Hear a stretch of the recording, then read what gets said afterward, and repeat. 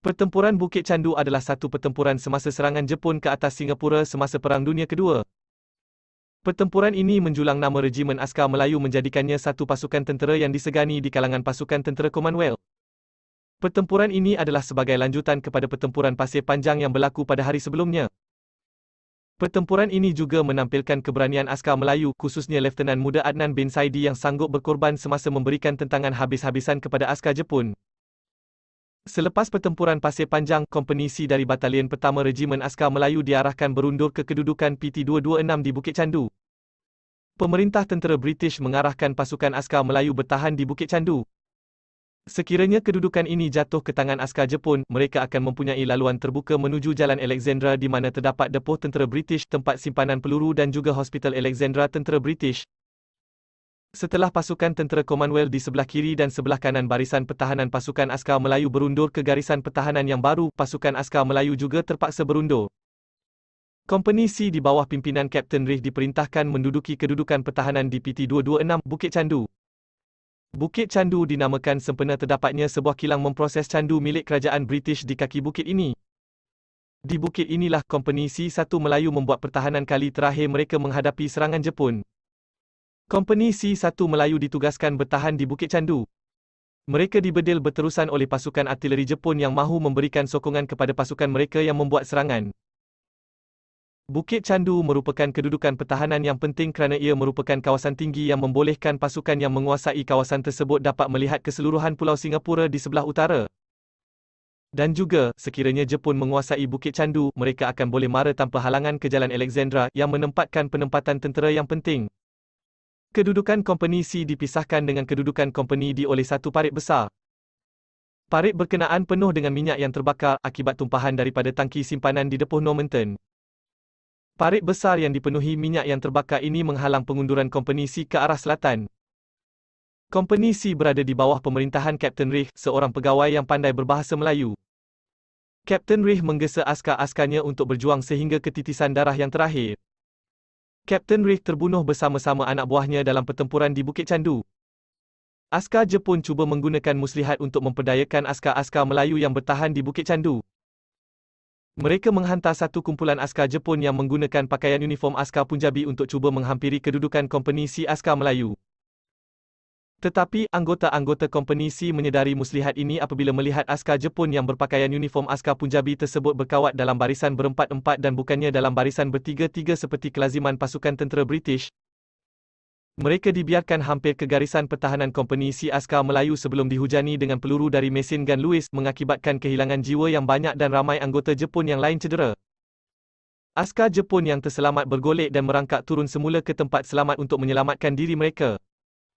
Pada jam 4 petang, askar Jepun melancarkan serangan habis-habisan ke atas kedudukan askar Melayu di Bukit Candu. Walaupun hampir kehabisan peluru dan dengan bilangan anggota yang jauh lebih sedikit berbanding dengan bilangan askar Jepun, askar Melayu terus menentang serangan askar Jepun. Tetapi mereka tidak berdaya menahan serangan daripada pasukan yang jauh lebih besar dan pasukan Jepun terus mara menghampiri kedudukan askar Melayu. Pelbagai senjata digunakan oleh askar Melayu yang bertahan di sana, termasuklah bom tangan, pistol dan bayonet. Lieutenant Muda Adnan bin Saidi menggunakan mesin gun Lewis untuk menentang askar-askar Jepun dan berjaya membunuh ramai askar Jepun. Walaupun terpaksa bertempur dalam jarak dekat dengan kadangkala terpaksa menggunakan bayonet dan tangan mereka, askar Melayu terus mematahkan usaha askar Jepun untuk menguasai kedudukan tersebut. Ramai pegawai dan anggota askar Melayu yang menjadi korban. Lieutenant Muda Adnan bin Saidi sendiri cedera parah tetapi masih berdegil tidak mahu berundur dan terus memberikan tentangan. Keberanian beliau membakar semangat anak-anak buahnya untuk terus berjuang. Walaupun dilihat sebagai satu kekalahan kepada askar Melayu, pertempuran ini melihatkan kepewiraan Regimen Askar Melayu dan daya juang yang tinggi.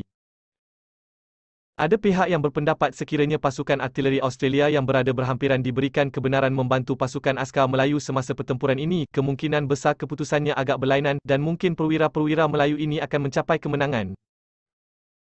Mubin Shepherd, seorang pegawai British yang menjadi tawanan perang selepas penyerahan diri tentera British, menceritakan mengenai sahabatnya Lieutenant Muda Adnan bin Saidi sebagai, walaupun bilangan musuh jauh lebih ramai daripada bilangan askar-askarnya dan dia dibom secara berterusan, Adnan terus berjuang dan menyebabkan kemalangan jiwa yang besar di kalangan askar-askar Jepun.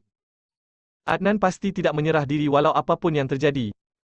Dia begitu dedikasi kepada perjuangannya.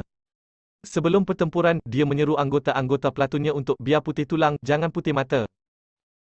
Walau apapun, tentera British, tentera Australia, tentera India British dan tentera Jepun sendiri kagum dengan kebolehan askar Melayu.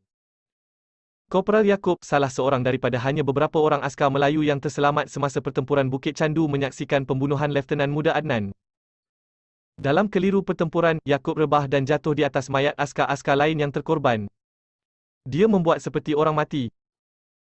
Menurut Yaakob, tentangan hebat yang diberikan oleh askar Melayu menyebabkan orang-orang Jepun naik berang dan apabila Adnan ditawan, mereka mengheretnya dan menolaknya masuk ke dalam satu karung guni. Askar Jepun kemudiannya menggantungkan Adnan dengan kaki di sebatang pohon ceri dan menikamnya menggunakan bayonet berulang kali. Leher Adnan juga dikelar berulang kali. Askar Jepun memberikan amaran kepada orang tempatan untuk tidak mengalihkan mayat Adnan dan mayatnya tidak diusik walaupun lama selepas pertempuran tamat untuk diuruskan pengkebumiannya. Askar-askar Australia yang bertahan berhampiran dengan Bukit Candu melihat keberanian askar Melayu semasa pertempuran. Menurut Lieutenant Penrod V. Dean dari pasukan Batalion 24 Machine Gun, anggota askar Melayu menggali kubu pertahanan tetapi jelas sekali mereka tidak mempunyai persenjataan yang banyak. Mereka menentang askar Jepun dengan menggunakan senapang sahaja dan apabila askar Jepun berjaya menembusi benteng pertahanan mereka, askar-askar Melayu melawan mereka menggunakan bayonet. Mereka menyerbu askar Jepun menggunakan bayonet dan berjaya menangkis kemarahan askar Jepun ke arah Reformatory Road. Jelas sekali askar Melayu cukup berani. Mereka berjuang bermati-matian, tetapi bilangan askar Jepun terlalu ramai untuk setiap orang anggota askar Melayu ada 10 ataupun 12 orang askar Jepun. Keadaan mereka bagaikan retak menunggu belah. Keesokan hari General Arthur Percival mengarahkan tentera British untuk menyerah diri. Pihak Jepun mengasingkan pegawai dan anggota lain-lain pangkat dari pasukan askar Melayu. Anggota-anggota lain pangkat dihantar ke Farrer Park untuk bersama-sama dengan askar-askar India. Kapten Reid dan kesemua pegawai British yang bertugas dengan Batalion Pertama Askar Melayu terbunuh. Burhan Muslim yang tinggal di Bukit Candu menceritakan beliau bersama sepupunya pergi ke sebuah banglo di Bukit Candu beberapa hari selepas pertempuran itu. Di dalam salah sebuah banglo di Pepys Land, beliau melihat mayat-mayat yang dicincang bertaburan.